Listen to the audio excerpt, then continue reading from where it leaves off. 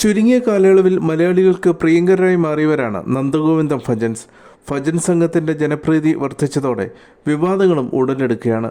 ഇപ്പോൾ വിവാദമായിരിക്കുന്നത് നന്ദഗോവിന്ദം ഭജൻസ് ആലപിച്ച ക്രിസ്തീയ ഭക്തിഗാനത്തെക്കുറിച്ചാണ്.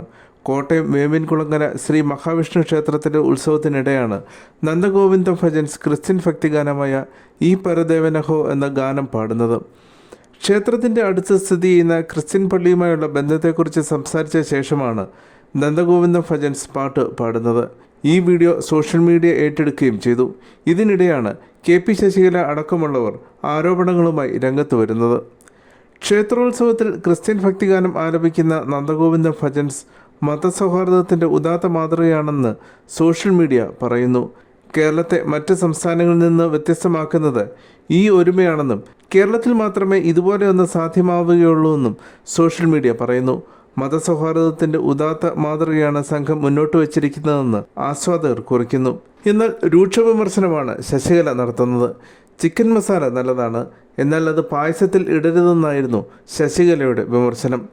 ഇതിനെ അനുകൂലിച്ചും പ്രതികൂലിച്ചും നിരവധി പേർ രംഗത്ത് വന്നിട്ടുണ്ട്. നന്ദഗോവിന്ദം ഭജൻസിനെതിരെ ആദ്യം വിമർശനം ഉന്നയിച്ചത് RSS സൈദ്ധാന്തികൻ വിദ്യാസാഗർ ഗുരുമൂർത്തിയാണ്.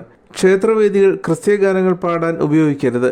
ഹിന്ദുക്കളുടെ ചെലവിൽ പ്രശസ്തി നേടിയ ശേഷം ഹല്ലേലൂയ പാടുന്നത് വലിയ തെറ്റാണ്.